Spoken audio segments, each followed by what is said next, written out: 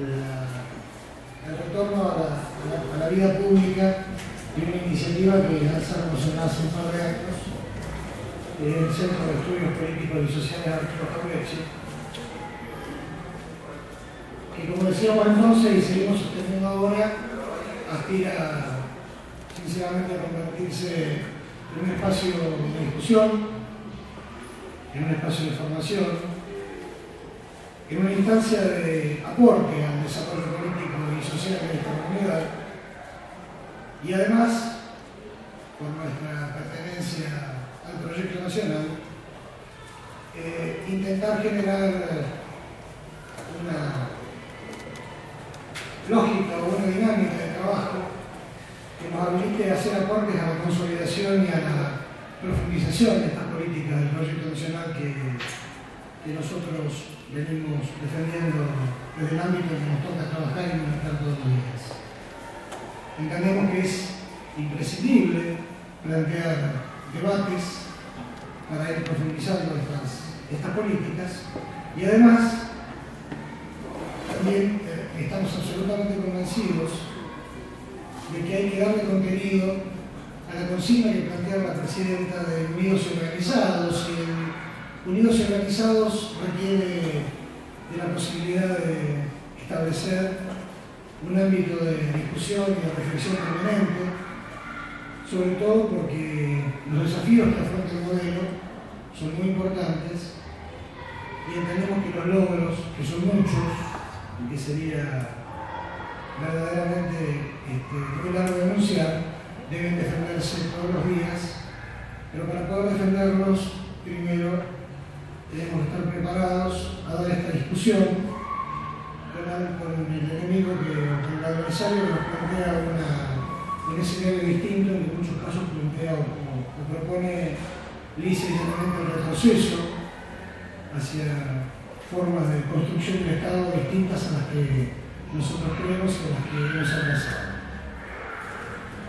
Para este relanzamiento oficial, el centro que tiene previsto una cantidad de actividades de cara al futuro próximo, tenemos hoy un enorme gusto, que es el de contar con la presencia de un compañero de la Rambrienza, alguien que en realidad, por la trascendencia de su obra literaria, periodística y su compromiso, no requiere demasiadas presentaciones. Yo me había hecho una biografía extraída de internet, pero como hablábamos con Hernán, por ahí vamos a dejar de lado un poco la formalidad. Sépase que él va a presentar hoy su última obra, su último disco literario, pero es un hombre que ha escrito y ha escrito mucho, y que tiene apenas 41 años, ¿no? 41.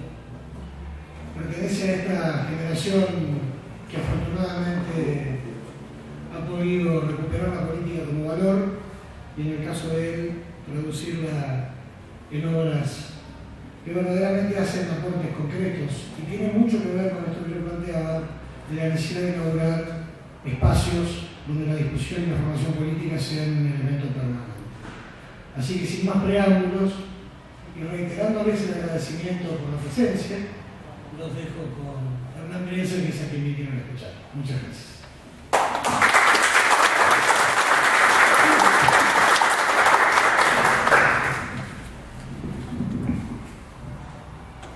Siempre los que te presentan tienden a huir rápido.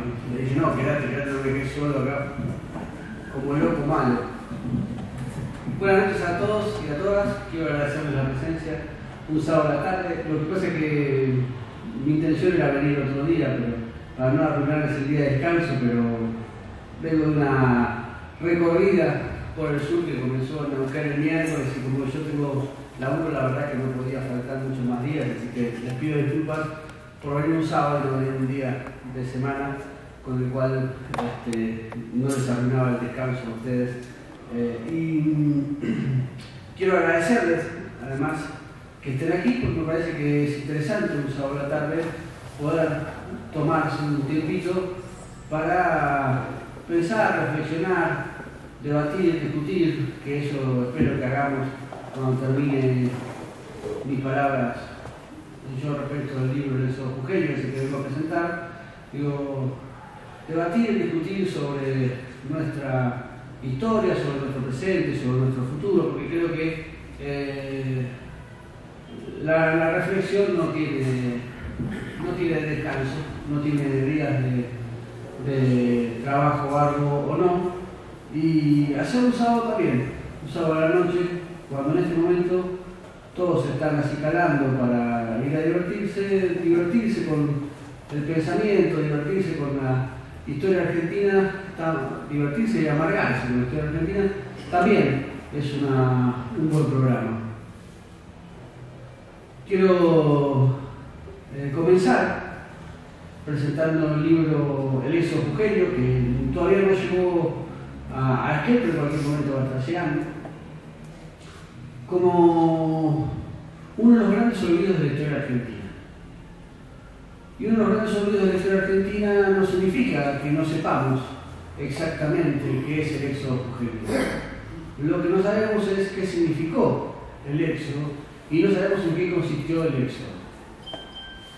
Seguramente todos ustedes habrán estudiado en el colegio primario la famosa campaña del ejército auxiliar del Alto Perú, comandada por Belgrano, y el éxodo jujeño. Lo deben haber pasado rápidamente y seguramente recuerdan la imagen de las carretas con comida, con chicos, con ancianos, que es la imagen típica del éxodo jujeño, y en realidad la operación política, cultural e ideológica en la cual consiste borrar a los grandes protagonistas de la historia consiste no en ocultarlos, sino en eclipsarlos, en mostrar por mitades lo que significó cada uno de los hechos. Por lo pronto, todos nosotros conocemos a Monteagudo, pero ninguno de nosotros conocemos lo que escribió Monteagudo.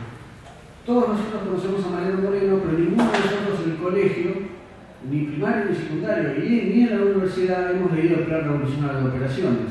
Por lo tanto, esa forma que tiene la historia, yo no quiero ser muy esquemático en términos de historia oficial, en términos de historia militar, como suelen ser los revisionistas clásicos, pero sí, la historia hegemónica es la de eclipsar, mostrar algunas cosas, mostrar lo que puede aparecer como fundamental, pero olvidar o oscurecer los rasgos de esas personalidades que suenan peligrosas para esa hegemonía, que generalmente está en manos de lo que yo determino que es la tradición liberal conservadora en la historia argentina y en estos 200 años de gobierno que se han sucedido en nuestro país. El éxodo jujeño es, sin duda, el primer momento en que un sujeto social y político, como una mayoría, se entiende a sí mismo como sujeto del cambio. Es el primer momento en el cual la mayoría dice: nosotros estamos a favor de la revolución. Es la primera gesta popular de la historia argentina.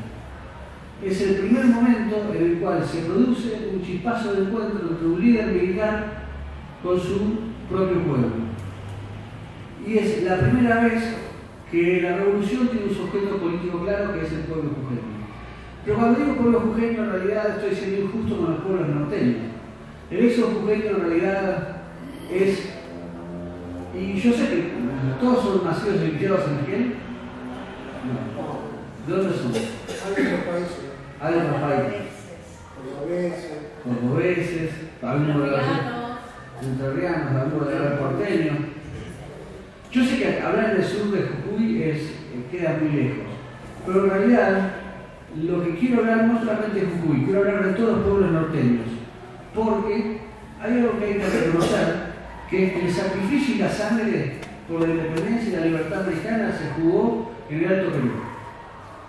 Lo demás es cháchara.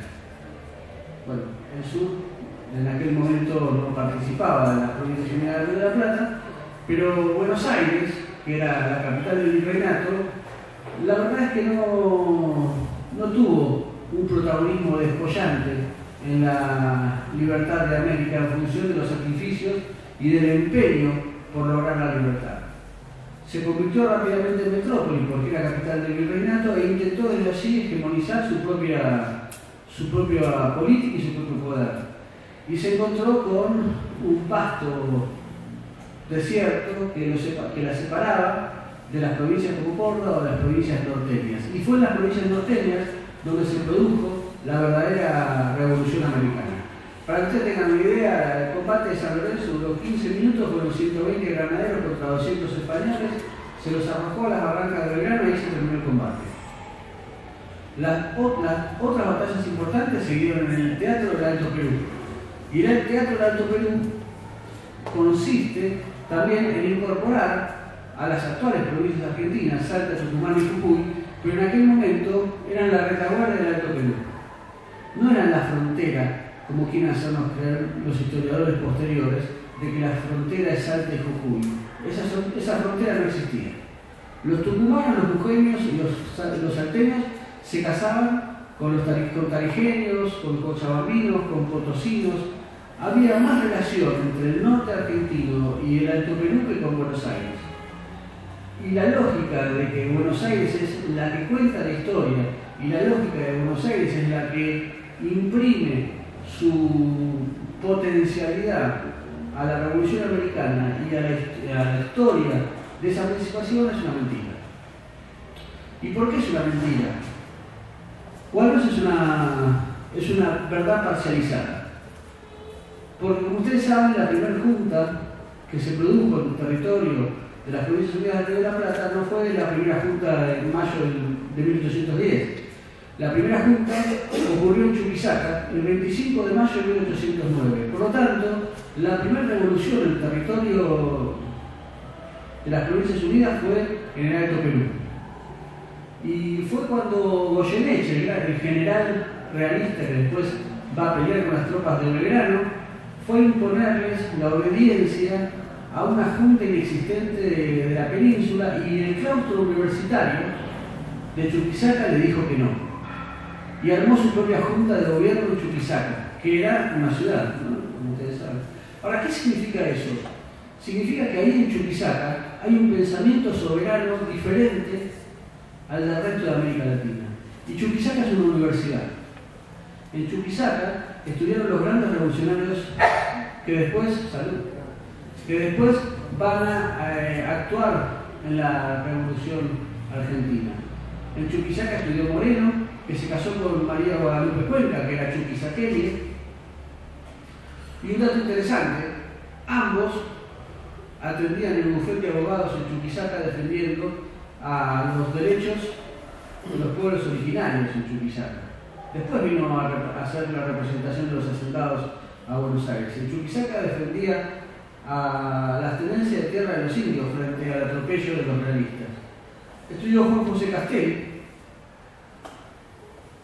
y estudió Bernardo de Monteagudo, entre otros, ¿no? ¿Quién es Juan José Castelli? Juan José Castelli, ustedes saben, ahí leyó La Revolución Social Interna de Andrés Rivera, que quizás es el mejor libro de literatura argentina que se escribió en la década del 90. Allí Rivera cuenta, es un monólogo de Castelli que está moribundo, ¿no? Muere muy joven, en el año 12. Pero Castelli es el hombre que en las ruinas de Tiahuanacu, la ruina de Tiahuanacu era el lugar donde moraba el Templo del Sol, donde gobernaba el Inca, que era el soberano de los pueblos norteños, del incanato. Es el lugar donde Evo Morales decidió asumir su propia presidencia hace unos años.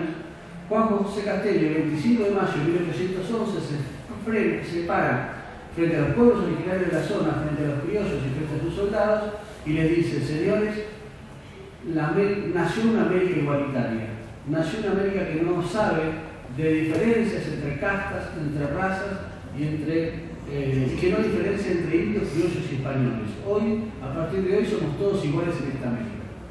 Esa proclama de Tiahuanacu, que pasó al olvido, que seguramente ninguno de nosotros estudiamos en el colegio primario y secundario, es una de las páginas más bellas escritas por la Revolución de estas tierras, o de la Revolución de Mayo. Y Castelli es un hombre de Chuquisaca, que estudia en Chuquisaca, y ahí hay un pensamiento interesante porque es el pensamiento de la América más profunda. Es el pensamiento de Bolivia el que está allí dándole fuerza a los intelectuales revolucionarios. Para que se den una idea de Monteagudo, Monteagudo fue el secretario privado de San Martín a lo largo de toda la campaña de los Andes y además fue el primer ministro de San Martín en Perú. Cuando San Martín fue el protector del Alto Perú, Monteagudo fue el secretario, fue el primer ministro. O sea, el que gobernaba en los hechos era Monteagudo. Y a Monteagudo seguramente no lo conoce ninguno de nosotros en su totalidad. Monteagudo además fue el secretario privado de Bolívar y fue el hombre que escribió el texto La Gran Federación, que es la invitación que hace Simón Bolívar al Congreso Anfictiónico de Panamá en 1826. El Congreso Anfictiónico de Panamá era el congreso que iba a unir a todas las provincias y estados americanos en una sola nación. El texto de invitación lo escribió Bernardo Monteagudo, que estudió en Chuquisaca. La historia hubiera sido diferente si hubiera rendido pleitesía, en términos metafóricos, a una revolución hecha por universitarios, por la intelectualidad, por el jacobinismo radical ilustrado de los hombres como Castelli, como Moreno, como Monteagudo, que a la historia contada por los contrabandistas y los comerciantes porteños. Esas dos historias también están en pugna en el Éxodo jujeño y también, por eso siempre digo que el Éxodo en realidad no es un libro de investigación, quizás no sea un libro de revisionismo histórico, pero sí es un gran homenaje escrito por un porteño al sacrificio que realizaron los pueblos norteños y sobre todo a lo que significó Chuquisaca y su entorno en este Éxodo jujeño. ¿Por qué digo que los pueblos norteños fueron los que pusieron la sangre y el sacrificio en 1810 y 1824? Porque se trató de una guerra popular. Se trató de una guerra en la cual peleaban niños, hombres, mujeres, ancianos, y donde a lo largo de 14, 15 años, de 1809 a 1824, se produjo prácticamente una guerra de trincheras, en las cuales, si uno analiza el territorio de Bolivia hasta Tucumán, se producen una danza y contradanza de constantes avances y retrocesos, tanto del ejército realista como del ejército republicano. El éxodo jujeño que yo narro es el primero, pero hubo 11 éxodos jujeños en total. Por lo tanto, durante 11 veces los realistas atacaron lo que se conoce hoy como provincias argentinas. Es decir, durante 11 veces los realistas ocuparon todo el territorio del Alto Perú. En la muerte de Martín Miguel de Güemes, en 1821, es el último ingreso de los realistas a las provincias norteñas argentinas actuales. ¿Qué ocurre cuando esas guerras son populares? ¿Qué ocurre cuando se ocupan y se desocupan esos territorios en plena guerra? Ocurre lo que pasa siempre. Se mata, se degüella, se viola, se tortura, se asesina, se fusila, se matan a los chicos, a los ancianos. Eso fue así durante 15 años en el territorio del Alto Perú. Güemes es el gran caudillo norteño, es apenas uno solo de los 108 caudillos altoperuanos que estuvieron haciendo la guerra guerrilla contra los realistas en esos 15 años. Claro, es el que más cerca está de la argentinidad, por eso lo reconocemos, pero Juan Azurduy, Manuel Padilla, Guarnes, Forés, Muñecas, Camargo, tantos otros formaron parte de ese caudillaje, de esa guerra republiqueta, como la llamó Mitre, en la cual el 50% de ellos fueron asesinados en combate o fusilados después de una derrota. La sangría a la que sometió el ejército realista de los pueblos norteños fue brutal. Fue quizás el momento más oscuro de la guerra de la emancipación americana. Y digo americana porque está en el corazón de América Latina. Ustedes saben que cuando Bolivia se mueve toda América Latina. no hay mucho secreto en eso.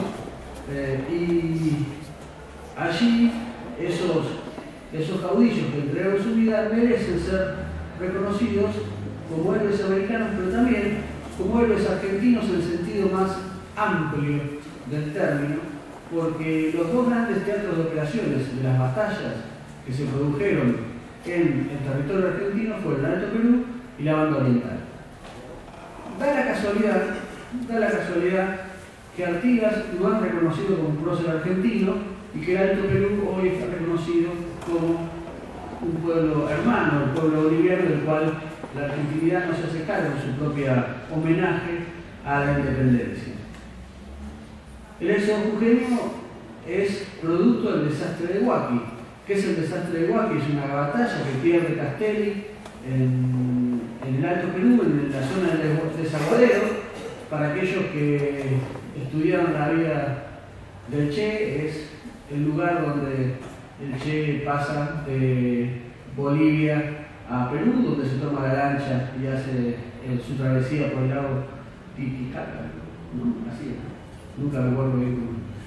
Porque siempre me lo confundo con el Titicaca, que es el jueguito de las dos pelotitas que se golpean. Siempre lo digo mal. Esa batalla que pierde Castelli desbanda al ejército argentino, al ejército republicano.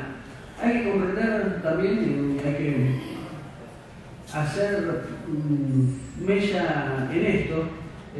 La pelea de la emancipación no es una pelea entre argentinos y españoles, no es una pelea entre americanos y españoles, es una pelea política, es una pelea ideológica entre república y monarquía.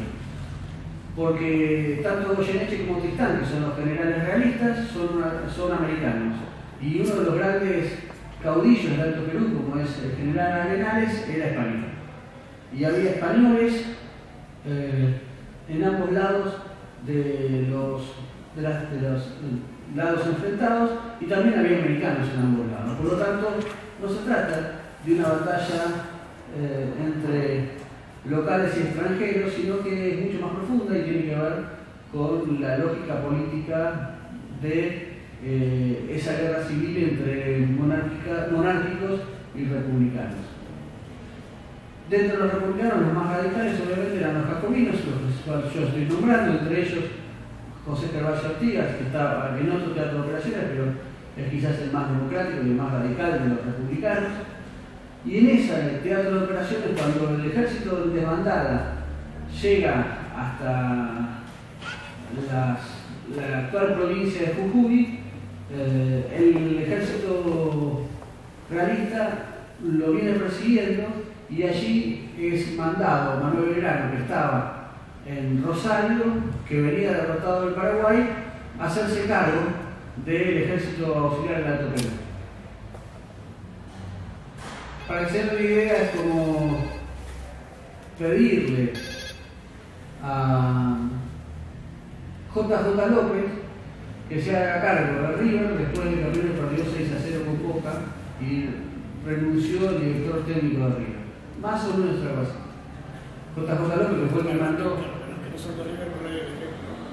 Para los que no son de River, imagínense a un gran general que perdió la batalla del Paraguay, mandando a la muerte segura. El triunvirato porteño manda a Belgrano a la muerte segura, que era hacer frente al ejército realista, que era el ejército vencedor y más poderoso de América. Belgrano acepta.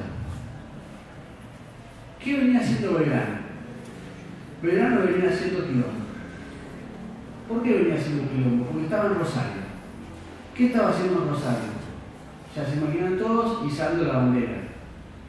¿Qué significa izar la bandera? Izar la bandera significa desobedecer al gobierno porteño. ¿Por qué? Porque Belgrano le pide al gobierno porteño escarapelas. Le dice, por favor, necesitamos escarapelas para diferenciarnos del enemigo. ¿Qué significa escarapelas? Escarapela, un distintivo azul celeste y blanco, para cuando vos vas a la guerra sepas a quién dispararle.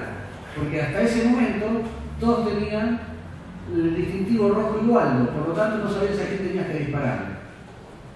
el triunvirato le permite a Belgrano usar escarapelas, pero no dice nada más. Y Belgrano aprovecha y dice, bueno, ya que estamos escarapelas, vamos a tener banderas. Y crea la famosa bandera azul celeste, blanca y azul celeste abajo. La primera bandera argentina aparentemente fueron dos tiras, una blanca arriba y una azul celeste abajo. Que no es celeste, no es el celeste del cielo, ni siquiera es el celeste clarito que a veces usamos nosotros en las banderas. El celeste clarito lo impuso Sarmiento en 1872 en la bandera cuando él era presidente. La bandera de Belgrano era un azul celeste, un celeste más oscuro. Y se discute sobre cuál es ese celeste, si es el celeste del cielo, si es el celeste de los Borbones. Es extraño que el celeste, azul celeste sea de los Borbones, porque todos sabemos que Belgrano, Castelli y el grupo morenista era el más antiborbónico de todos, era el que quería ir por toda la revolución, por lo tanto no iba a utilizar los colores del rey del cual querían independizarse. Para mí la teoría que más me convence es la teoría de que el azul celeste está relacionado con la masonería y que es el color que utilizaban los partidos políticos como el morenismo enfrentándose al rojo igualdo, incluso utilizaban el triunvirato en el fuerte. El azul celeste se utilizó en las invasiones inglesas contra Inglaterra por parte de los patricios, por lo tanto era un color que estaba presente en el Río de la Plata y que era un color muy político, un color con contenido político. Ese azul celeste no es un color naif y tampoco es un color inocente. Cuando Belgrano hace la bandera está dando un mensaje político y ese mensaje político lo refuerza con el nombre que le da a las dos baterías de cañones que pone en el río Paraná, que son libertad e independencia. Lo hace en 1812, cuando el gobierno, el primer triunvirato, es un gobierno conservador, un gobierno que quiere esconder la Revolución Americana, porque en Europa, Gran Bretaña y España ahora son aliadas. El primer triunvirato esconde la Revolución de Mayo y sigue poniendo el color rojo igualdo como bandera del fuerte. Belgrano les plantea un quilombo. Las baterías se van a llamar Independencia y Libertad, y además tenemos una bandera nueva, que es la celeste y blanca. Obviamente el triunvirato lo primero que hizo es mandar una carta prohibiéndole el uso de esa bandera. Belgrano se hace el que la carta no le llegó, o Belgrano desconoce esa carta, o esa carta no le llega a Belgrano. Lo cierto es que el 25 de mayo de 1812, Manuel Belgrano logra entronizar esa bandera. ¿Qué significa entronizar una bandera? Es darle porte real a esa bandera. La hace desfilar por las tropas y el pueblo jujeño en el segundo aniversario de mayo por un noble, el barón de Holmberg, y la hace bautizar por Juan Ignacio Gorriti, que era un sacerdote a la sazón federal y republicano. Cuando sale la bandera azul celeste, Belgrano dice al pueblo y al ejército reunido: esta es la bandera que los va a diferenciar de las demás naciones. Y con esa frase escueta, lo que dijo Belgrano es que ahí estaban haciendo una nueva nación. ¿Por qué? Porque no hay nación si no hay diferencias. La necesidad de diferenciarse de las nuevas naciones significa que allí hay una nueva nación, que allí acaba de nacer una nueva nación. Y es una nueva nación que tiene un emblema que la diferencia. Lo que está diciendo Belgrano, que la independencia argentina nace en la constitución de esa bandera, en el momento en el cual se jura una bandera diferente a las que había en las demás naciones. 4 años antes de 1816, 3 años antes de 1815, porque ustedes saben que la primera independencia argentina se produjo en 1815, ¿no? No, claro, nadie lo sabe. La primera independencia argentina, en territorio argentino, la firma el Congreso de Oriente en septiembre de 1815, cuando la banda oriental, Misiones, Corrientes, Entre Ríos y Santa Fe, reunidos en el Congreso de los Pueblos Libres, votan unánimemente la independencia argentina de España. Cuando Buenos Aires no había firmado todavía su independencia, estos 5 pueblos, con veedores cordobeses, ¿quién es el Córdoba? Bueno, con veedores cordobeses, Córdoba envía veedores, no votan, pero vigilan qué es lo que se apoya en ese... No. Se apoyan en la independencia de los pueblos libres. Unos meses después, en Tucumán, Buenos Aires va a declarar la independencia. Más tarde, en la declaración de Tucumán no están ni Santa Fe, ni Entre Ríos, ni Misiones, ni la Banda Oriental, ni Santa Fe, pero sí están Tarijas, Pocitos y otra provincia del Alto Perú. Lo que demuestra es que el Alto Perú estaba en relación con el territorio de las provincias unidas del Río de la Plata, que no eran una nación independiente, porque la lógica de las naciones chicas o de las patrias chicas no existían, eran un invento, fueron un invento posterior de las oligarquías locales. Esa bandera que nace allí, que tiene que ver con una lógica independentista de Belgrano, es obviamente rechazada furibundamente por el compilato de Bernardino Rivadavia, que lo obliga a esconder esa bandera.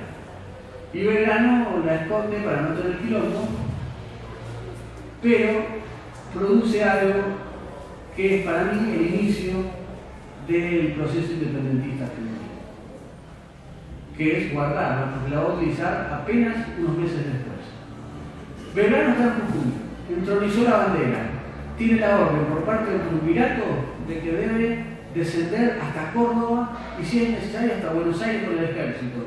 Es decir, lo que le dice Buenos Aires es: abandone a su suerte a los pueblos del norte, que se pasen al bando realista, que sean masacrados por los realistas, no nos importa. Lo único que nos importa es cuidar el gobierno de la Junta de Buenos Aires. Y Belgrano es comandado a esa tarea, se da cuenta que si deja a los pueblos allí, los pueblos van a ser masacrados o se van a convertir al bando realista. Entonces comienza a entablar relaciones con el pueblo jujeño y empieza a convencerlo de que tiene que acompañarlo en el éxodo. Comienza la retirada jujeña. La palabra éxodo no existía, es una palabra que se inventó en 1913, la inventó Ricardo Rojas, cuando hizo un trabajo espectacular en el archivo capitular de Jujuy. Pero la retirada jujeña comienza mucho antes del 22 de agosto, empiezan a retirarse de a poco siempre se van primero los ricos, ¿no? Obviamente.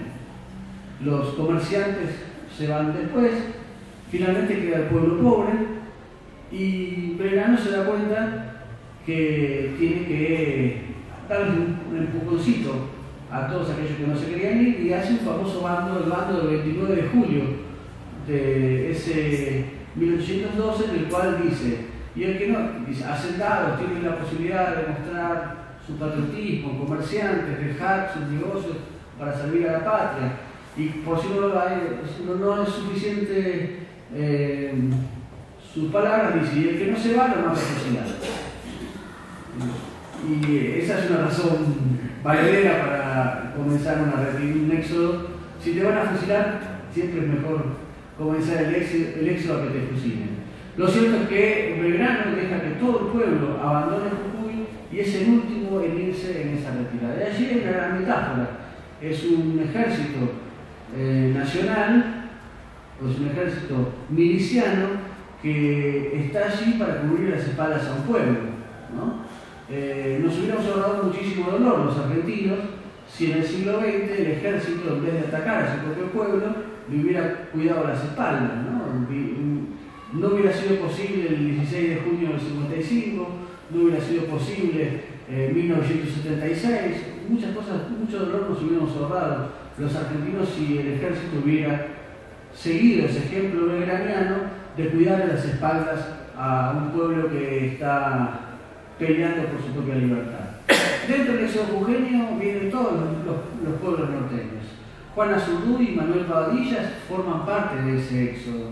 Por lo tanto, hay tarijeños, tupisaqueños, hay chuquisaqueños, cientos de personas que vienen retirándose del Alto Perú por el peligro del ejército realista, acompañan la retirada jujeña. Los salteños también, hasta que llegan a Tucumán En el medio se produce el combate en las piedras que ganan las tropas argentinas. Las tropas argentinas ganan ese combate que es importante para el moral de la tropa. Imagínense lo que es para un ejército y para un pueblo tener que dejar todo. No hay cosa más triste que eso. Y la batalla de las piedras es un envión anímico, se produce los primeros días de septiembre y es un dato de color. Quien decide la batalla son los decididos de Jujuy. Los decididos de Jujuy es un pequeño batallón compuesto por jóvenes que deciden acompañar la retirada y el jefe tenía apenas 14 años. Es un dato interesante porque demuestra cómo la guerra la hace casi todo el pueblo jujeño. Con el combate de las piedras en el ejército pasa algo extraño, que es se dan cuenta que pueden ganarle al enemigo y empiezan a decirle a Belgrano lo que Belgrano ya sabía, que no podían seguir huyendo. Belgrano ya le había escrito al triunvirato que él veía que no podía seguir llevando adelante el éxodo. Y del triunvirato le escriben que si él no cumple esa orden, va a tener que sujetarse a las máximas responsabilidades posibles. Que lo que le está diciendo el triunvirato es que si no hace caso de esa orden, va a ser fusilado. Y de hecho, en Buenos Aires, a Belgrano lo estaba esperando un fusil para hacerlo conveniente. Ya se había sacado encima Moreno, Castelli estaba a punto de morirse. Belgrano era el último que faltaba ajusticiar. Llegan a Tucumán alrededor del 8 o 9 de septiembre y del pueblo tucumano sale un caudillo que es Bernabé Arauz y le dice: el pueblo de Tucumán le exige, general, que presente batalla, que no siga huyendo. Es una noche mágica esa de esos primeros días de septiembre, porque es una de esas noches que cambian para siempre la historia argentina o la historia americana. Imaginemos el pueblo tucumano que sale a plantársele al general Belgrano. Imaginemos a Belgrano en el medio de un estado asambleario, con sus propios coroneles, con el pueblo jujeño escuchando. Imaginemos a Arauz diciéndole que no los va a acompañar y que si Belgrano decide seguir con el éxodo, el pueblo tucumano se va a convertir en su enemigo y lo va a tratar como si fuera realista.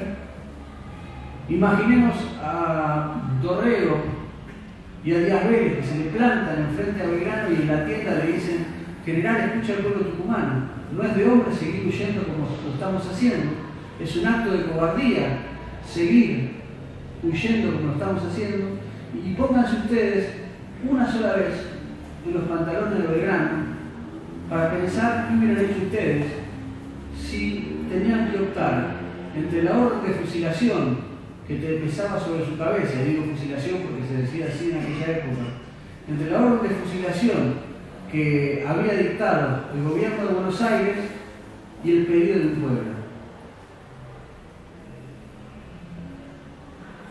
Para oír al pueblo, aun cuando sabes que si te va mal te van a fusilar, hay que tener unos huevos de todo. Y eso es lo que tuvo Belgrano. Sacrificó la posibilidad de ser fusilado con tal de hacerle caso a lo que le exigía el pueblo. Pero como Belgrano era sordo, le dijo: estoy dudando. Necesito miles de cabezas de caballadas y ganado para alimentar a mis soldados. Y necesito 40.000 pesos fuertes. Si no, no acepto. Y el pueblo tucumano, la oligarquía tucumana, le dijo: cuente con eso. Por lo tanto, obligó a la oligarquía tucumana a sostener al ejército popular para hacerle frente a los realistas. Le envió una carta al gobierno porteño diciéndole que iba a presentar batalla y que se hacía responsable personalmente de lo que ocurriera en la batalla de Tucumán, que se produce el 24 de septiembre. Ese 24 de septiembre, como todos ustedes saben, ganan los republicanos, ganan de pedo. ¿Alguien sabe cómo es la batalla de Tucumán? ¿La cuento? La mañana del 24 de septiembre, los dos ejércitos frente a frente empiezan a atacar a los realistas. Era el mejor ejército, eran 3.000 realistas contra 1.800 republicanos. Por lo tanto, era 3 a 1,5. Y además, era el mejor ejército contra una manga de zarrapados. Imagínense. No había fusiles, no había espadas, había apenas lanzas y boleadoras para la mayoría de la caballada.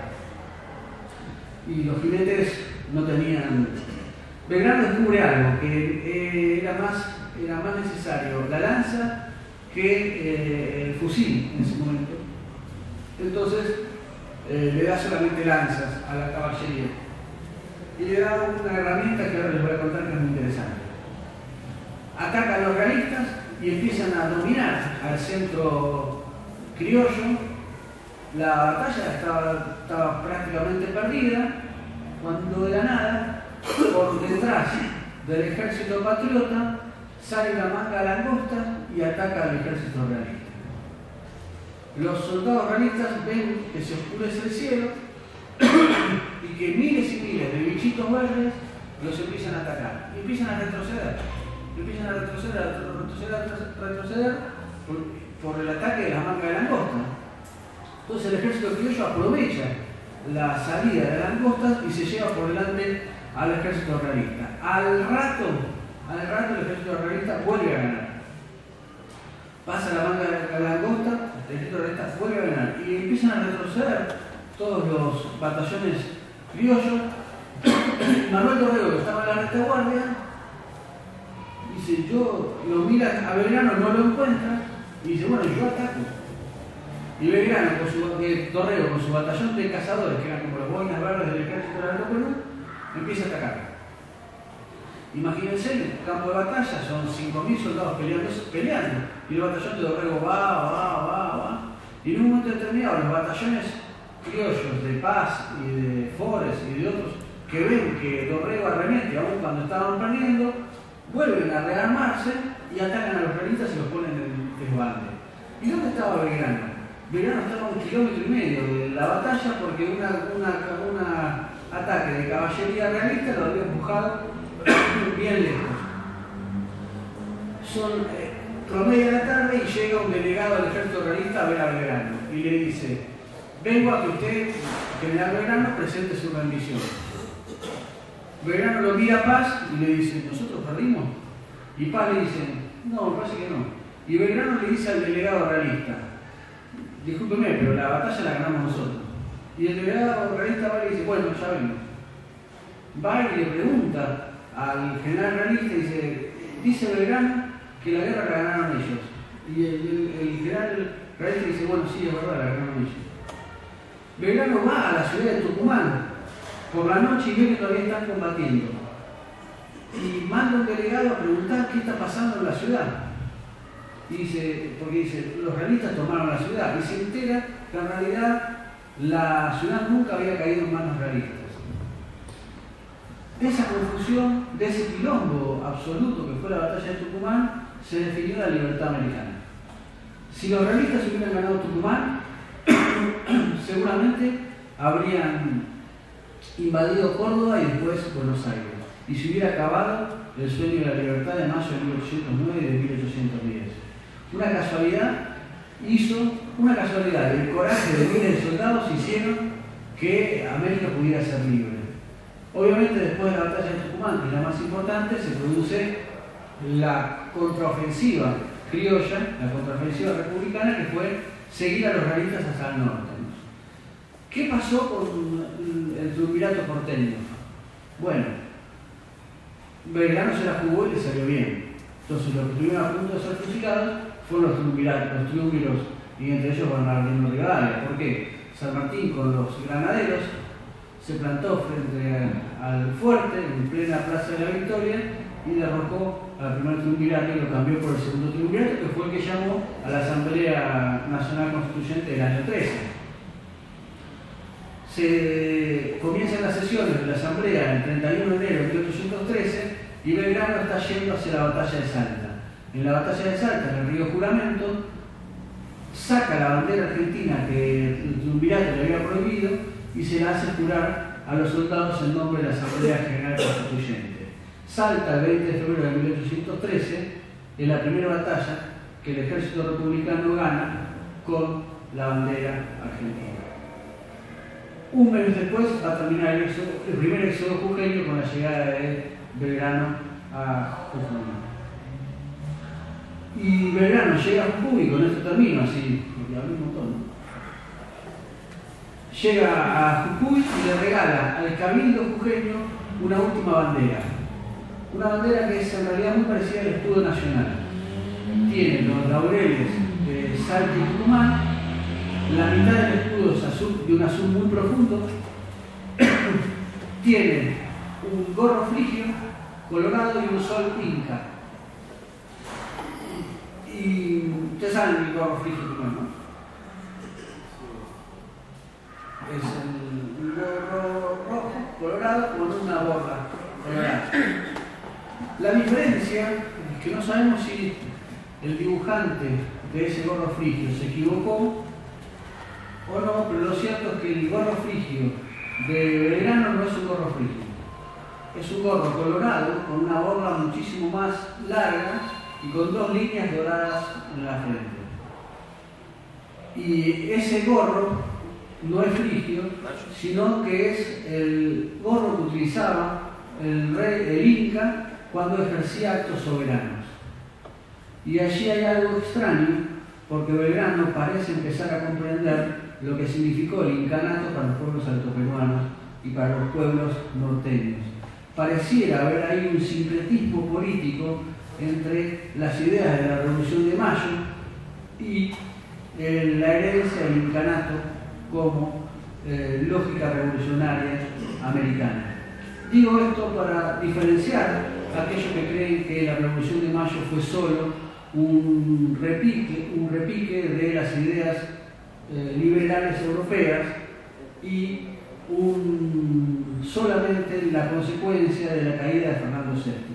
Allí en esa bandera y en la lógica posterior de Belgrano de poner un rey inca hay un verdadero pensamiento emancipador americano que Belgrano, y tanto Belgrano como San Martín, consideran que es la prenda de unidad latinoamericana. ¿Y por qué? Voy a cerrar hablando de la idea del rey del Inca como monarca de un sistema de monarquía constitucional en 1816, porque ese era el símbolo que Belgrano utilizó para poder mantener la unidad americana que después se deshizo. Belgrano y San Martín no eligen a cualquier indígena, no eligen a cualquier integrante de los pueblos originarios, eligen a Juan Bautista Condorcanqui. Juan Bautista Condorcanqui es el hermano menor de José Gabriel Condorcanqui, que era Túpac Amaru.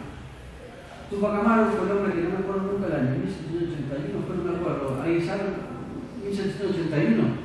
En 1781 en la plaza principal del Cusco está Túpac Amaru con su familia.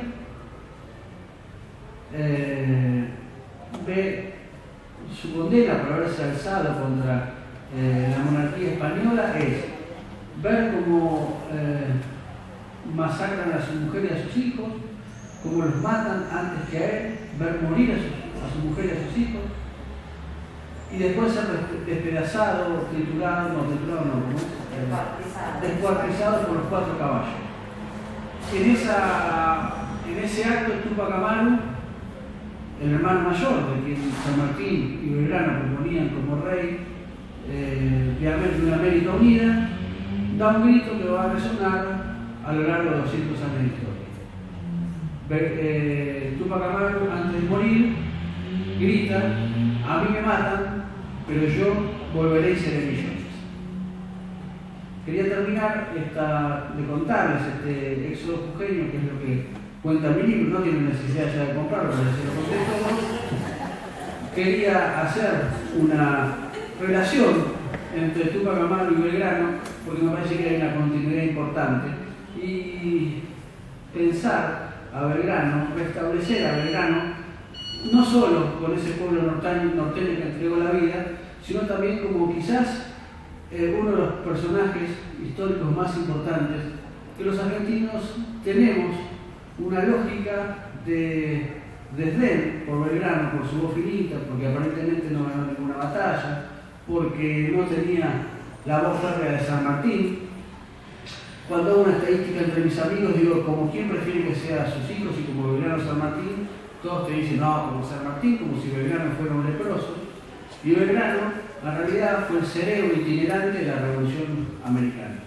Y este libro es un homenaje a los pueblos norteños, pero también es un gran homenaje a Manuel Belgrano, a ese hombre que nació de una familia rica y terminó en la mayor de las pobrezas. Y el ejemplo de Belgrano es un ejemplo que debería hacernos reflexionar a todos los argentinos, aún con sus contradicciones, con sus ingenuidades, con sus onceras, porque algo le pasó a la sociedad argentina, a la clase dirigente argentina, que de crear un Belgrano pasó a crear un Videla, un Menem, un De la Rúa.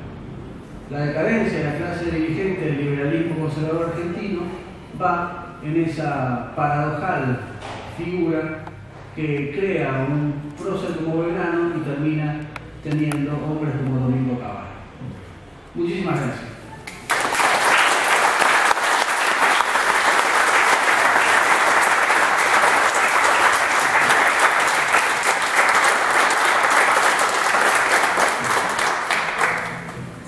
Hay un micrófono por allí. El que quiera hacer alguna consulta, Hernán la va a contestar con mucho gusto.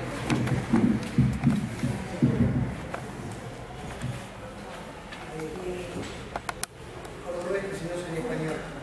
No voy a... Gracias. Bueno, podría hacer una pregunta. No, Hernán, yo solamente leí tu libro de Dorrego. Bueno, ya que estamos en el tema, me gustaría que si pudieran hacer una pequeña semblanza de su importancia histórica y de su actualidad.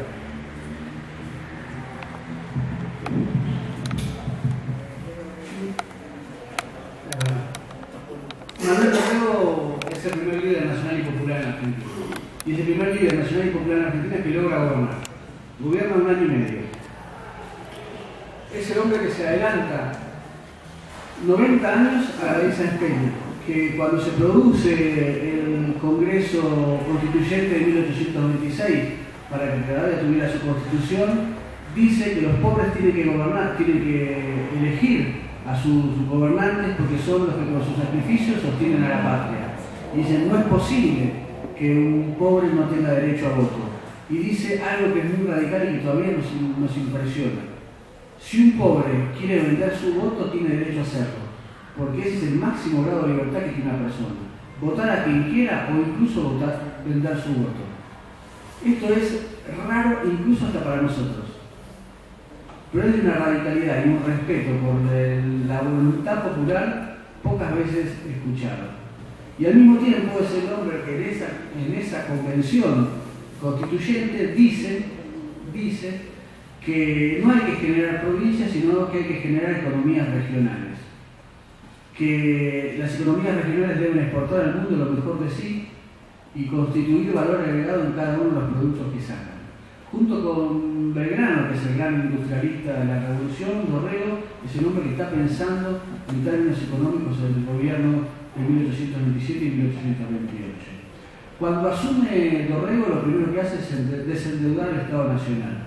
¿Por qué? Porque como ustedes saben, en 1824 Bernardino Rivadavia había tomado un préstamo con la vara y broda, que la presidenta Cristina Fernández de Kirchner habló el otro día en su discurso en la Bolsa de Valores sobre ese préstamo, y lo que hace Dorrego es hacer una vaquita entre los estancieros de la provincia de Buenos Aires para cancelar los pagos de la deuda externa, porque él dice, prefiere estar endeudado en pesos con los estancieros argentinos que con el Banco de Inglaterra. Y ese es un grito muy interesante para un gobernante. Y allí hay una matriz interesante, ¿no? Los liberales conservadores toman deuda pública extranjera y los gobiernos nacionales y populares descenderlo. Y lo segundo que hace Manuel Dorrego es poner en nota que los comerciantes están especulando con el precio de los productos básicos que necesitan la mayoría: el pan, la carne, la leche y la vestimenta. Y lo que hace Dorrego es una ley de precios máximos y sale a controlar la especulación del comercio con ese tipo de herramientas. La herramienta del desendeudamiento, la herramienta de los precios máximos, son dos herramientas que van a utilizar todos los gobiernos nacionales y populares de la historia argentina, desde Irigoyen a Perón, a Alfonsín y al gobierno del kirchnerismo. Por lo tanto, Dorrego es de alguna manera el iniciador de esas políticas. Dorrego además es un liberal republicano, es un hombre ilustrado, es un hombre que estudia el federalismo, que entiende el federalismo no como una democracia bárbara, sino como la forma más radical de republicanismo, es decir, la división territorial de la soberanía de un gobierno. Dice, si un gobierno es un gobierno centralizador, semeja a una monarquía. Las provincias y los estados miembros tienen que tener la misma altura soberana que la metrópoli, porque si no, estamos ante la posibilidad de una nueva monarquía. Dorrego obviamente fue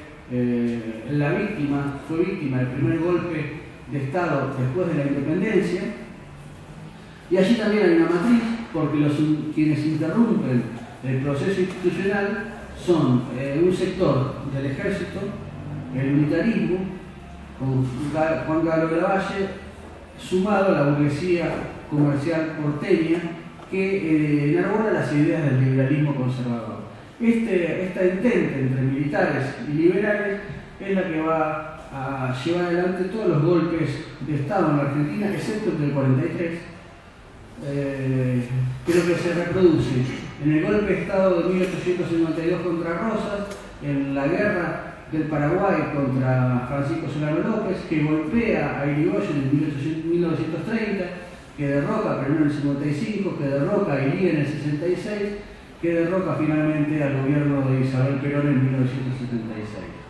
Y esto que estoy diciendo yo de manera esquemática, también lo tienen claro los hombres del liberalismo conservador, porque la Revolución Libertadora saca su nombre de la campaña libertadora de Juan Galo de Lavalle en 1840, cuando quiere derrocar a la primera tiranía, que es la tiranía de Juan Manuel de Rosas.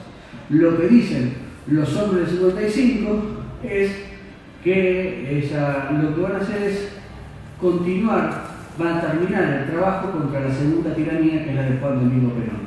La lógica en No hay vencedores ni vencidos, que es lo que dice Lonardi apenas derroca a Perón, es una frase que dice Urquiza apenas derroca a Juan Manuel de Rosas. Como todos sabemos, en 1852 las calles de Palermo los árboles de Palermo fueron adornados con los cuerpos ahorcados de los federales y los fusilados que hubo en venganza de la batalla de Caseros.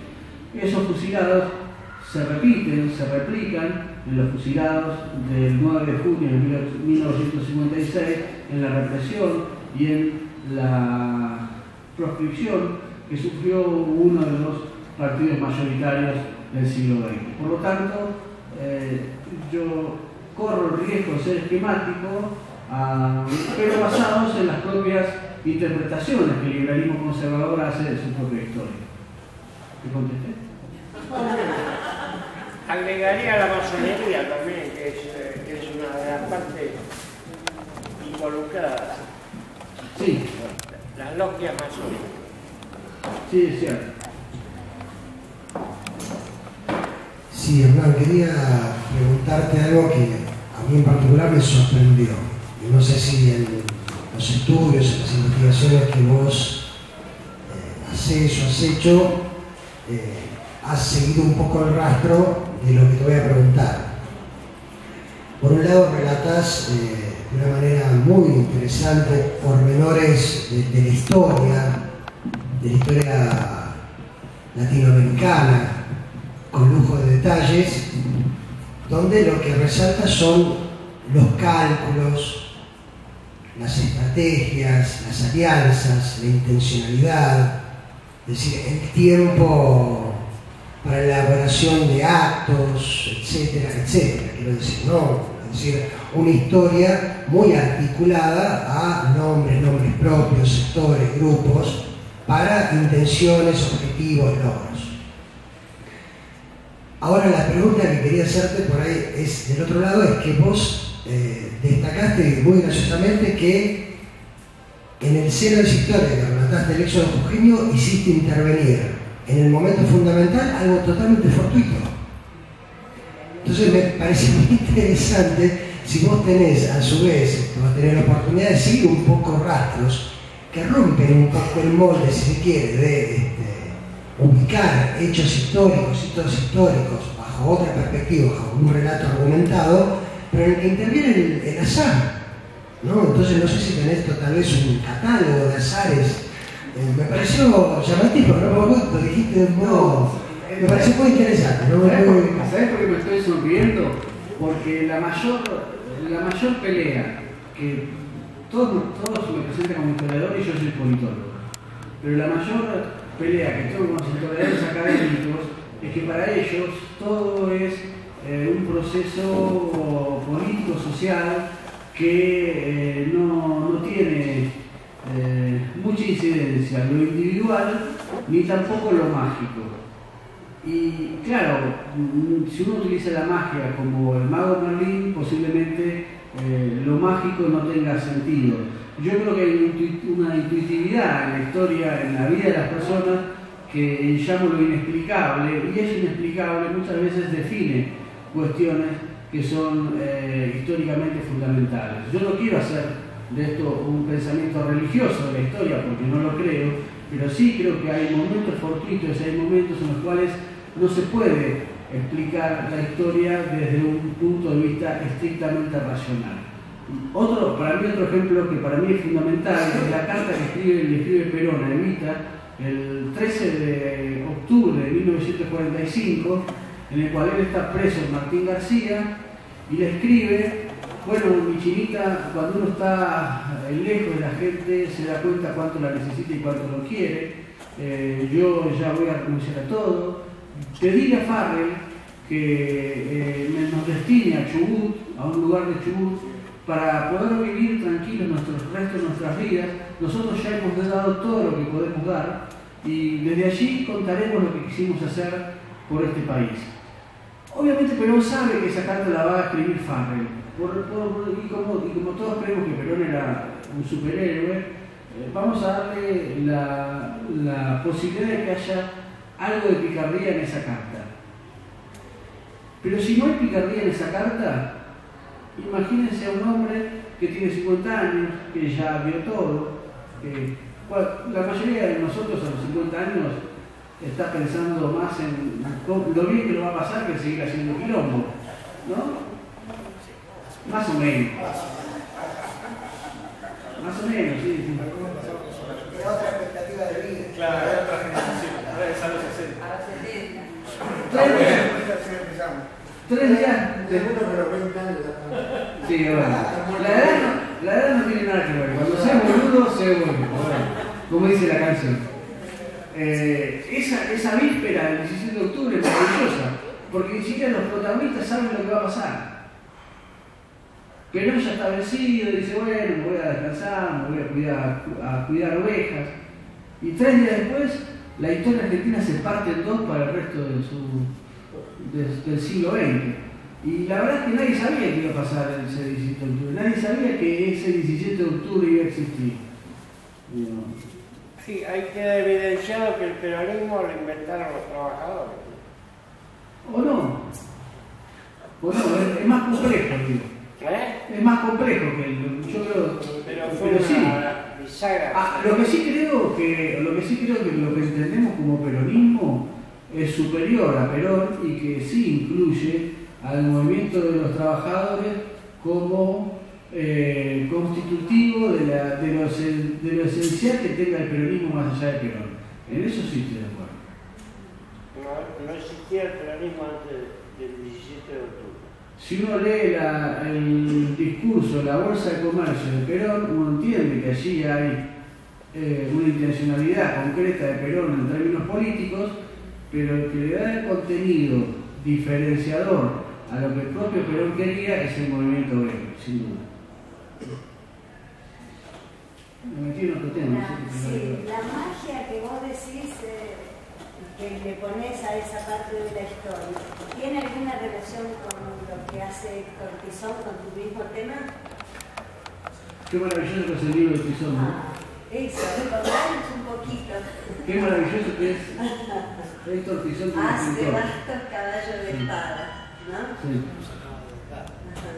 Sí. Sí, yo obviamente mi libro no tiene nada que ver con el libro de Tizón, pero sí he leído ese libro y me ha parecido maravilloso. Tanto así como Fuego en Casabindo, que también habla de la magia en la Revolución de Mayo, ¿no? Sí.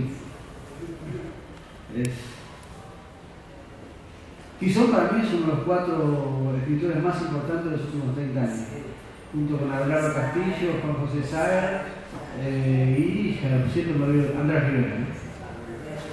Para mí ellos 4 son los 4 mosqueteros de la literatura argentina.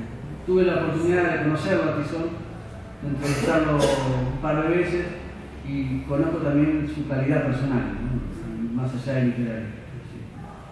Sí, igual obviamente yo no me basé en el texto de Tizón. No, pero Sí. es el hecho, ¿no? Es el hecho. Sí. Sí, sí.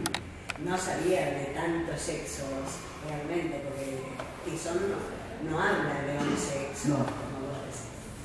Sí, sí. Lo que pasa es que no todos los sexos fueron iguales. Lo que hacían era se escapaban los hombres y los niños y quedaban las mujeres solas.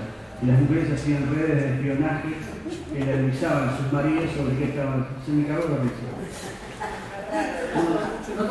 Igual no te rías, no sos ni la primera ni la última mujer que se me caga la risa.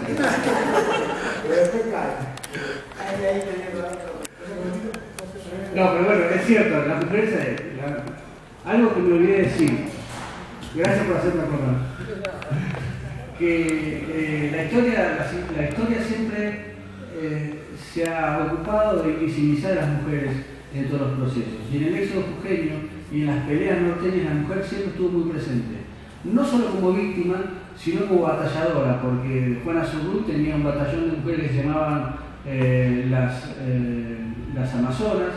En Cochabamba hay un acto de heroísmo que relato en el libro de las mujeres cochabambinas que se van a un cerro y presentan batalla al ejército realista y son masacradas por el ejército realista, pero las minas dicen: si no hay hombres, nosotros vamos a combatir por la libertad, vamos a morir matando. Una gran frase, morir matando, ¿no? Es una frase poética que quizás solo una mujer podría decir. Córdoba misma fue una de las Córdoba misma provincias también. más mujeres solas quedó. Y Córdoba sí. fue muy cara a las mujeres solas. Por eso son tan querentonas las cordonesas. Yo no soy cordobesa, pero Yo sí,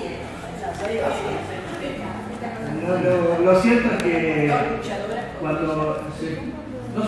las mujeres no estuvieron solo para servir a los ejércitos en el éxodo, sino que peleaban a la par que los hombres. Y cuando se quedaban en las ciudades, eran utilizadas, no eran utilizadas, hacían de espías para sus maridos o sus parejas en función de sacar información al enemigo.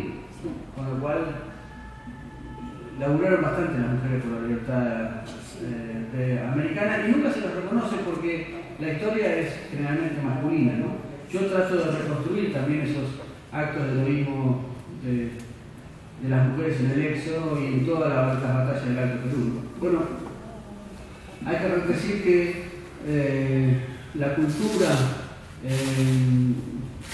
andina tiene una particularidad que es que la mujer es muy fuerte en la cuestión pública, ¿no? En las plazas públicas es muy fuerte, aun cuando puertas adentro es muy maltratada y golpeada por los hombres que se quedan generalmente en el hogar, ¿no? La que está acostumbrada a sostener la vida en el Alto Perú y en la actual Bolivia es la mujer en términos cotidianos, por lo tanto es posible que parte de la cultura tenga que ver con eso. Sí. ¿Verdad? Pero vos decías que los dos grandes focos de guerra, de conflicto, de batalla fueron en el norte y la banda oriental. En el territorio de las Provincias Unidas de La Brasil. sí.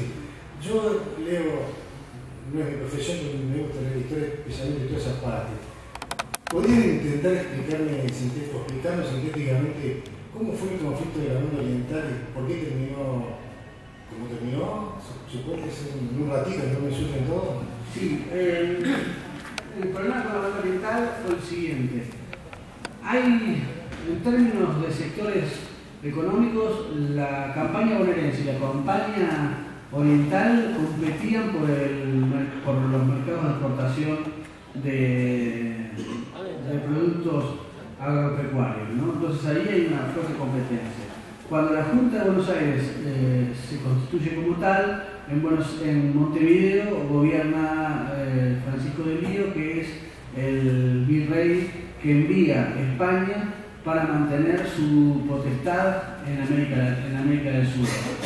Durante los primeros años de la Revolución se produce lo que se conoce como el sitio Montevideo. En el sitio Montevideo, artiguistas y porteños combaten juntos, pero al mismo tiempo disputan quién va a quedarse con el trofeo una vez que caiga Montevideo. Artigas hace la famosa redota oriental, que es algo similar al éxodo jujeño, ¿vale? Lo hace por esa misma fecha, y es retirar a todo el pueblo jujeño hasta Entre Ríos, y desde allí, Uruguay, jujeño, ya lo tengo, me sale el jujeño por la oreja. Al pueblo oriental lo lleva hasta Entre Ríos y a partir de allí vuelve a atacarlos y a sitiar Montevideo. Cuando cae Montevideo se produce una guerra entre porteños y artiguistas. Artigas y hasta 1820 logra mantener su hegemonía en la banda oriental, finalmente es traicionado por Pancho Ramírez y en realidad es expulsado por los portugueses porque los porteños hacen un pacto con el Imperio de Portugal y le permiten invadir la banda oriental y quedarse con la banda oriental con tal de sacarse de encima a Artigas. Artigas pasa entre Ríos y es traicionado por Pancho Ramírez. Derrotado, Artigas huye a Paraguay. En 1820 y pico, no me acuerdo ahora la fecha, se produce la invasión de los 33 orientales, creo que en 1824, 25 me parece. La invasión de los 33 orientales son 33 que no eran ni 33 ni orientales porque estaba lleno de entrerrianos, porteños, bonaerenses, orientales, eran entre 30 y 35, no se sabe muy bien el número, pero quedó que eran 33, desembarcan en la Plaza de las Flores, creo, y a partir de allí comienza la recuperación de la banda oriental para las Provincias Unidas del Río de la Plata. Los 33 orientales, el grito es llama a los argentinos a vencer contra el Imperio portugués. Eran argentinos orientales, no se consideraban uruguayos. La idea es que la banda oriental siguiera en manos de los argentinos en el sentido rioplatense del término. Comienza la guerra del Uruguay, la guerra contra el Brasil. Argentina vence en los campos de batalla contra el Brasil, fundamentalmente en la batalla de Ituzaingó. Tiene prácticamente de rodillas al emperador brasileño, pero a Bernardino Rivadavia le surge un frente interno con los caudillos provinciales, entre ellos Facundo Quiroga, Estanislao López y Pancho Ramírez, y decide mandar a Manuel Costa como enviado especial a pactar la paz a toda costa. Manuel García va, le hace caso, firma la paz, le entrega la banda oriental a Brasil. Cuando llega Manuel García y se conocen los términos del Tratado de Paz, la gente sale a linchar a Bernardino Rivadavia, lo va a buscar a la casa, lo quiere linchar. Bernardino Rivadavia se asoma y dice la culpa de Manuel García y cierra la puertita. Y casi lo van a matar a Manuel García, que dice, yo lo único que hice fue cumplir órdenes. Rivadavia renuncia al otro día, se llama a la sala de legislatura, la legislatura elige a Manuel Dorrego como gobernador. Manuel Dorrego decide continuar la guerra haciendo tres cosas: que el ejército argentino siga profundizando por el sur de Río Grande la batalla, manda a La Valleja por el norte, ingresar a Brasil por Misiones, y compran a unos soldados alemanes que estaban al mando de un tal Sauer, austríacos, que eran unos mercenarios austríacos, con un solo propósito, que era secuestrar al emperador de Brasil, traerlo a Buenos Aires y hacerlo firmar la paz a fuerza de fusilarlo si no firmaba la paz. Guillermo Brown impide que Sauer secuestre al emperador, no se constituye el ejército de La Valleja y en el medio envía a dos emisarios, a Guido y a... Lo malo es llegar a viejo, pero uno no se veía los nombres. Guido y Balcarce van los dos a Río de Janeiro y Dorrego le escribe: no firmen absolutamente nada, lo único que tienen que hacer es dilatarlo, yo ya estoy haciendo planes para invadir el Brasil. Guido y Balcarce lo traicionan a Dorrego y firman un tratado preliminar de paz donde le dan la oportunidad a Uruguay de ser 5 años independiente para después elegir si quiere seguir independiente, formar parte del Brasil o formar parte de la Argentina. Cuando llega el tratado de paz a Buenos Aires, Dorrego lo va a anular, pero recibe una carta de Lord Ponsonby, que era el representante inglés en estas costas, y le dice: sepa que si usted no acepta el tratado de paz, las potencias extranjeras van a interferir, no va a dejar que sus negocios sean interferidos. Por lo tanto, las consecuencias para el gobierno que usted preside van a ser funestas. Dorrego entiende que es una amenaza literal, que no puede enfrentarse a Brasil, a Gran Bretaña y a Francia. Entiende que el Banco Nacional, que estaba en manos de la Banca de Inglaterra, le ha cerrado el grifo, sabe que el ejército está volviendo y decide aceptar el tratado de paz con un Uruguay creado durante 5 años. Ni Juan Manuel de Rosas va a aceptar la independencia uruguaya, ni tampoco la va a aceptar José Gervasio Artigas. Cuando Artigas está en el exterior, está bajo el gobierno de Gaspar de Francia, allí y después de Carlos Antonio López en Paraguay, van a verlos unos emisarios uruguayos y le dicen si quiere volver a Uruguay y quiere ser presidente de la República, y Artigas le dice una frase tremenda, que es: yo ya no tengo patria, yo nací en la provincia de una patria que ya no existe, no tengo dónde volver. Y ese no tengo dónde volver es quizás el más duro de los exilios posibles, porque San Martín podría haber vuelto a Yapeyú, podría haber vuelto a la Argentina, lo mismo podría haber hecho Bernardino Rivadavia, pero volver a un país que no existe como tal ya es un exilio imposible. Y Artigas empieza su testamento cuando muere allí en 1851, lo escribe antes de morir, el testamento obviamente, escribe: yo, José Gervasio Artigas, argentino de la banda oriental.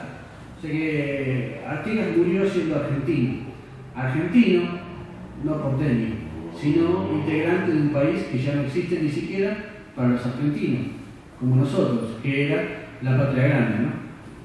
Padre de la Federación. El padre de la Federación Argentina, sí. Hernán, la historia creo que se ha puesto en las últimas 2 décadas como una suerte de forma de pensar el presente, más que como una especie de estudio académico o de ocasión para escribir literatura.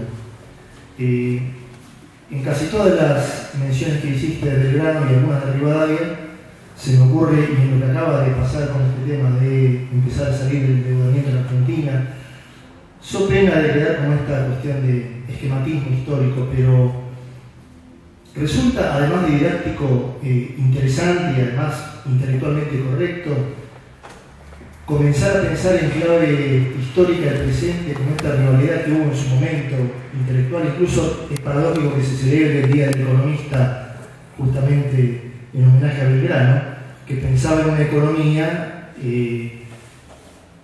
en aquel momento denominada como fisiócrata, pero hoy en día la denominaríamos, si se quiere, neodesarrollista, y un tipo como Bernardino Rivadavia, que pensaba en un liberalismo que hoy llamaríamos neoliberalismo, pero estas discusiones entre un modelo económico nacional, con protagonistas nacionales y latinoamericanos, y un modelo económico más vinculado al desarrollo de las finanzas y las grandes industrias transnacionales, ¿es un pensamiento demasiado esquemático o es un pensamiento peligroso y por eso se lo cuestiona en el mundo académico?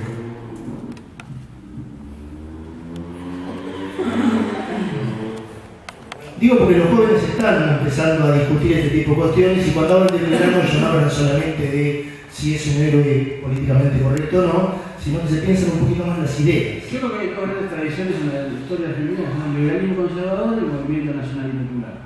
Y que esas dos tradiciones tienen distintas formas de separarse, y una de ellas es qué hacer con la economía y qué hacer con el Estado. Si uno analiza 1810, se da cuenta que allí hay un par de herramientas para establecer unas diferencias, y yo creo que las herramientas fundamentales es si los gobiernos democratizan el poder político, desmonopolizan la economía y distribuyen la riqueza. Me parece que esas 3D sirven para saber si un gobierno es liberal conservador o es un gobierno nacional y popular en Argentina. Y creo que los partidos mayoritarios, tanto el radicalismo como el peronismo, como los sectores de izquierda, como los sectores progresistas, como los sectores del trabajo, están claramente dentro de lo que es el movimiento nacional y que generalmente tiene un impulso productivista más que especulativo. Y creo que esa diferencia sirve para comprender con sus mayores y menores profundidades, con sus contradicciones, con sus idas y vueltas, de qué lado del parteaguas se está. Es esquemático, es cierto, pero también sirve como GPS dentro de la historia, ¿no? Y el endeudamiento y el desendeudamiento también es otra herramienta que sirve para darse cuenta que el liberalismo siempre endeuda y el nacionalismo popular siempre desendeuda. Y lo pueden analizar a lo largo de los últimos 40 años, donde endeudó la dictadura militar, endeudó el menemismo y el delaroísmo e intentó desendeudar tanto el alfonsinismo como el kirchnerismo, ¿no? Si uno analiza que Alfonsín recibe el gobierno con 45.000 millones de dólares de deuda, lo entrega con 65.000, pero el menemismo y el delaroísmo pasan de 65.000 a 200.000 millones de dólares de deuda, te das cuenta que allí hay dos modelos distintos de manejo también de la deuda pública externa. Por lo tanto, hay una serie de herramientas que nos permiten a nosotros vincular o desvincular esas dos grandes tradiciones. ¿Te contesté? Creo que sí. Digamos, es legítimo pensar que una discusión entre Rivadavia y Belgrano hubiera transcurrido por carriles similares que entre Melconian Cavallo y un Greenspoon o un Ferrer. Eso es muy de Felipe Piña. A mí me cuesta pensar en esos términos. Yo me gusta, lo respeto mucho a Felipe, pero a mí me parece que hacer esas extrapolaciones del estilo Moreno es el primer desaparecido es peligroso. Lo que sí creo es que en el pensamiento de Moreno, en el pensamiento de Belgrano, va a haber semillas que después van a ser regadas por otros sectores que vienen después. Pero hacer una traspolación de 200 años tan fuerte a mí me provoca vértigo, ¿no? Si